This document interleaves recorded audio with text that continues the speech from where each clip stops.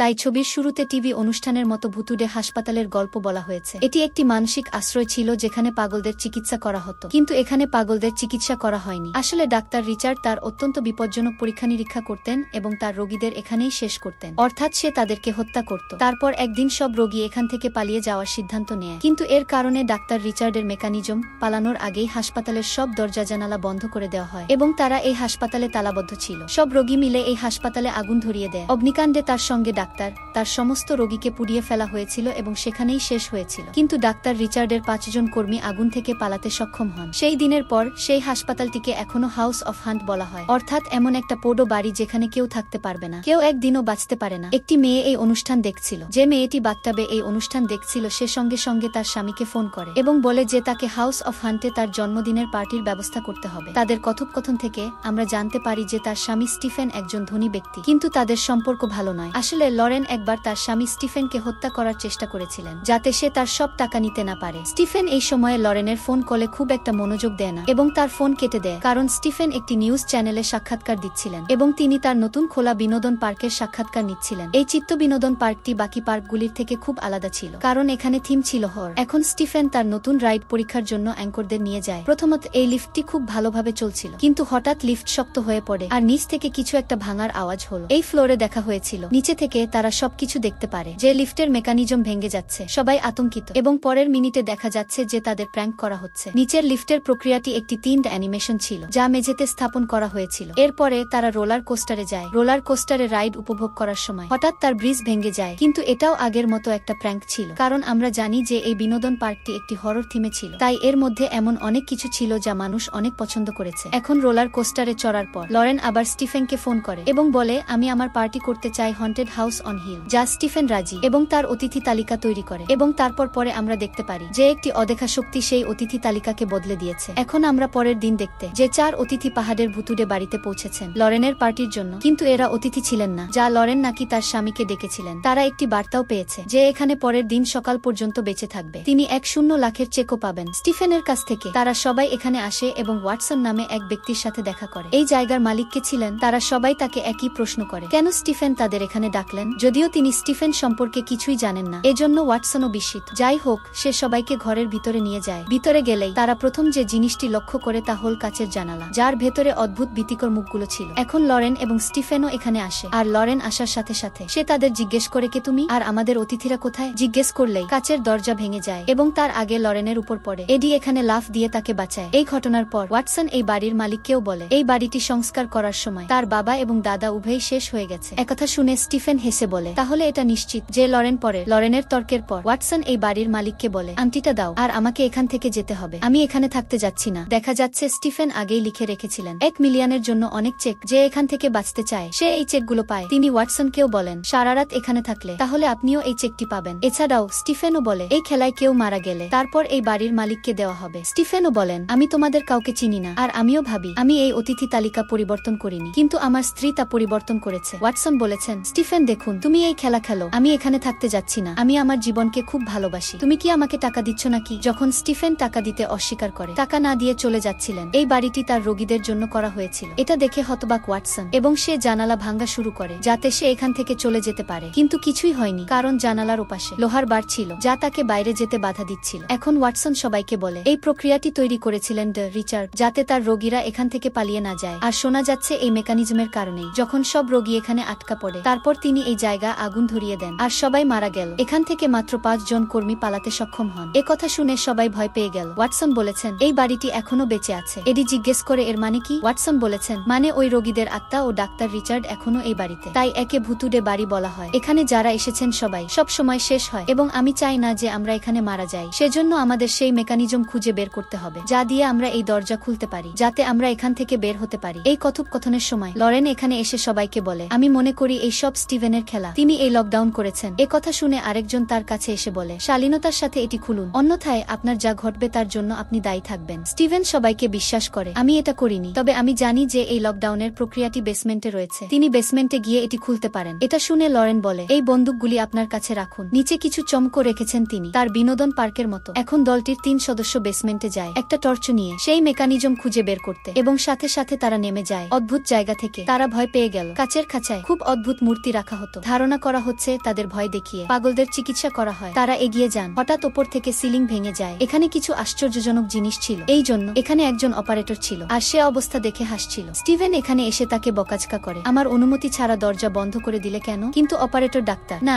আমি এখানে দরজা লক করিনি। স্টিভেন ভেবেছিলেন এর পেছনে তার স্ত্রীর হাত থাকবে। এখন দৃশ্যটি কেটে গেছে। আমরা আবার একই গ্রুপ দেখানো হয়। বেসমেন্টে কারা ছিল? এখানে তারা অনুভব করেছিল যে জানুয়ারি থেকে বেসমেন্টটি সংস্কার করা হয়নি। এখন হঠাৎ স্টিভেন এখানে আসে। তিনি তাদের সাথে মেকানিজম খুঁজছিলেন, কারণ তিনি জানতেন যে এটি তার নিয়ন্ত্রণে নয়। আর এখন তারও মনে হলো সে এখানে আটকে যাবে। তাকে এখানে একটি ধাতব দরজা দেখানো হয়েছে, যা সম্পর্কে ওয়াটসন বলেন যে এই প্রক্রিয়া হতে পারে না। তারা সেই দরজা ছেড়ে এগিয়ে যায় এবং আমাদের সেই দরজার উপর একটি অদ্ভুত কালো ছায়া দেখানো হয়েছে। এখন তারা একটি ঘরে পৌঁছেছে যেখানে রোগীদের বৈদ্যুতিক শক দিয়ে চিকিৎসা দেওয়া হয়। এখন এখানে পৌঁছানোর পর এই দলটি নিজেদের মধ্যে বিভক্ত। জেনিফার কিছু লাইট জ্বালিয়ে দেয়, আর এডি এটা দেখে অবাক। তিনি এই জায়গা সম্পর্কে কিভাবে জানেন? তিনি তাকে জিজ্ঞাসা, তুমি কে? সত্যিটা বল। তারপর সে তাকে বলে যে আমার নাম জেনিফার এবং আমাকে এখানে আমন্ত্রণ জানানো হয়নি। আসলে আমি এখানে আমন্ত্রিত হওয়ার ভান করছি এবং স্টিভেন আমাকে এই কাজ করার জন্য টাকা দিয়েছেন। এ কথা বলার সময় সাথে সাথে মেয়েটা ঘুরে গেল। সে অবাক হয়ে দেখল যে এডি পেছন থেকে অদৃশ্য হয়ে গেছে। মেয়েটা ঘুরে ঘুরে দেখল, হঠাৎ সে দেখতে পেল কেউ একজন তার পিছন থেকে ছুটে আসছে। সেখানে কেউ ছিল না। তারপর সে এডিকে রক্তে ভরা টবে ঝাঁপিয়ে পড়তে দেখে সে ভয় পেয়ে গেল এবং এডিকে টব থেকে বের করার চেষ্টা করেছিল। কিন্তু তারপর আশ্চর্যজনকভাবে এডি তার সামনে দাঁড়িয়েছিল। জেন তার কিছুই হয়নি। আসলে জেনিফারকে দেখে অবাক হয়েছিলেন তিনি। কি হচ্ছে তার? সে কি করছে? এখন জেনিফার খুব ভয় পেয়ে গেল। সে এডির সাথে আসে এবং স্টিভেন জিজ্ঞাসা, আপনি কি করেছেন? আপনি কি আমাদের শেষ করতে চান? এটা শুনে স্টিভেন তাকে বলে, না, আমি কিছু করিনি। আমি উপরে কন্ট্রোল রুমে ছিলাম এবং একটি ধাক্কা পড়ে। স্টিভেন জানতে পেরেছিল যে মেকানিজম রুম এখানে নেই। এই কথা শুনে সবাই খুব অবাক। এখন আপনি দেখতে পারেন যে দুজনে নেমে গিয়ে আলাদা হয়ে গিয়েছিল। তাদের মধ্যে একজন বেসমেন্টের ভিডিও তৈরি করছিলেন এবং এটি তৈরি করার সময় সে অপারেশন রুমে গেল এবং জানতে পেরেছেন যে রিচার্ড একজন রোগীর স্টাফ সদস্যের সাথে অপারেশন করছিলেন। এটা দেখে সে অবাক হয়ে গেল। সে ক্যামেরা নামিয়ে রাখল। সেখানে কিছুই ছিল না। যখন সে ঘুরে দাঁড়াল, একটা ভূত ছিল, অদ্ভুত দেখতে ভূত। তিনি তার কাছে এলেন আর এত জোরে চিৎকার করলো যে তার চামড়া বন্ধ খোসা শুরু। সেও জোরে চিৎকার করে এবং সবাই ভয় পায়। সে জানত নিচে নিশ্চয়ই অদ্ভুত কিছু ঘটেছে, যেখানে সে কিছুই পায়নি, একটা রক্তের দাগ ছাড়া। এখন সেখানে শুধু মেয়েটির ক্যামেরা ছিল। তারা এটা নিয়ে এসেছিল আর ক্যামেরার শেষ ফুটেজে আমরা শুধু মেয়েটির হাত দেখেছি এবং অদৃশ্য কিছু তাকে সেখান থেকে টেনে নিয়ে গেল এবং তাকে অন্য কোথাও নিয়ে যায়। স্পষ্টতই বোঝা গেল যে তিনি মারা গেছেন। আর যাই হোক না কেন, তা এখানে ভূত দ্বারা করা হয়েছে। এই ভিডিওটি দেখার পর লরেন হাততালি দিয়ে আসে এবং স্টিভেনকে জিজ্ঞেস করে, কিভাবে আপনি তার শেষ? কি হয়েছে? লরেন তার দিকে বন্দুক তাক করে। স্টিভেন এটাকে খুব একটা পাত্তা দেয় না, কারণ তিনি ভেবেছিলেন এটা লোড করা হয়নি। কিন্তু যখন লরেন গ্লাস গুলি করে, সে বিশ্বাস করে যে লরেন তাকে শেষ করতে পারে এবং যে কোনো মাত্রায় যান। এখন সে সত্যিই ভয় পেয়ে গেল, তাই সে তার অপারেটরের কাছে যায়। তিনি তাকে কিছু আদেশ দিতে চেয়েছিলেন, কিন্তু যখন তিনি সেখানে গেলেন, দেখলেন অপারেটরের মুখ বাজেভাবে খাওয়া হয়েছিল এবং কেউ তাকে শেষ করেছে। এই জিনিস তাকে ভয় পায়। আর এখন যখন তিনি নিজেই সিসিটিভি ফুটেজ দেখেন, সে খুব ভয়ঙ্কর একটা জিনিস দেখে। সেই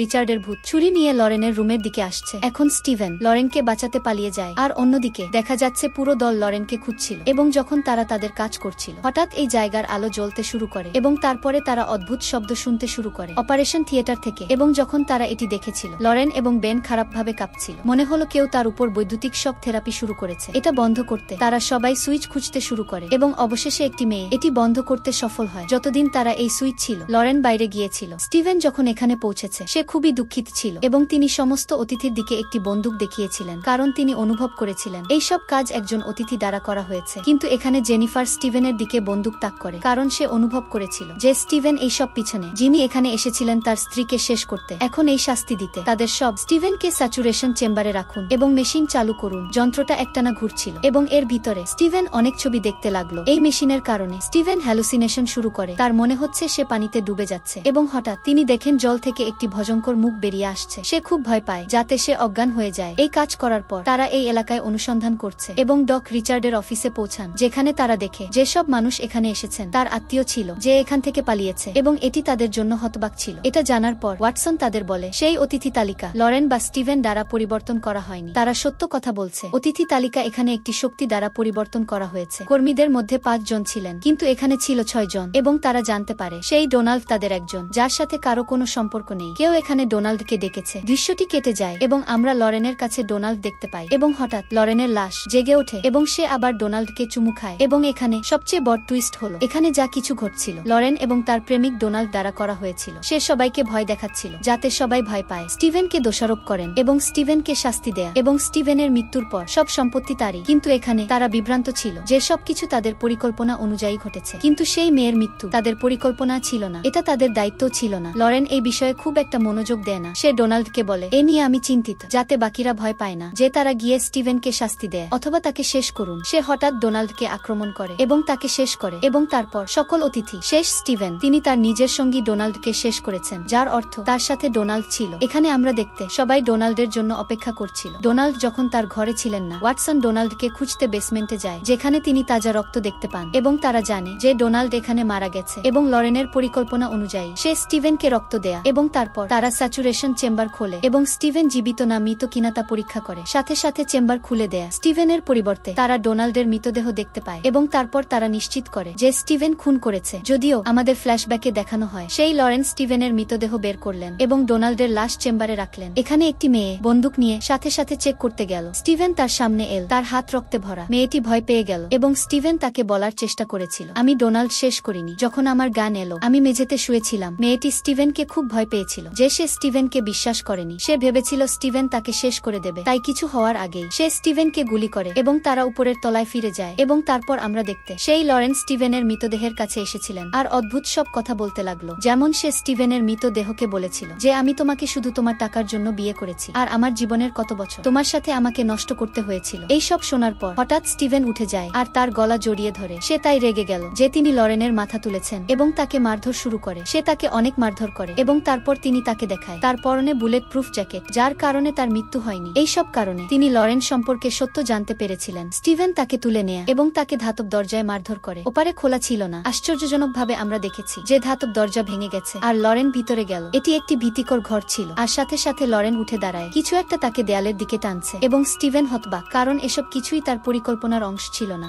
স্টিভেন পালানোর জন্য আরেকটি দরজা খুলে দেয় আর সে মৃত মেয়েটির শরীরের অঙ্গ প্রত্যঙ্গ দেখতে পায়। সে ভয় পেয়ে গেল। সে পালাতে চেয়েছিল, কিন্তু তারপর লরেনের শরীরের ছায়া তার সামনে এসে দাঁড়াল, যা তাকে ভয় পেত। যখন সে লবি থেকে বেরিয়ে যাওয়ার চেষ্টা করে সে ব্যর্থ হয়, কারণ দরজায় তালা লাগানো ছিল। স্টিভেন দরজায় টোকা দেয় যাতে কেউ তার কণ্ঠস্বর শুনে তাকে সাহায্য করে। এই তিনজন একটি জানালা ভাঙার চেষ্টা করছিল এবং এখান থেকে বের হওয়ার চেষ্টা করুন। যখন তারা স্টিভেনের কণ্ঠস্বর শুনতে পেল তারা হতবাক, কারণ তারা ভেবেছিল সারা তাকে শেষ করেছে।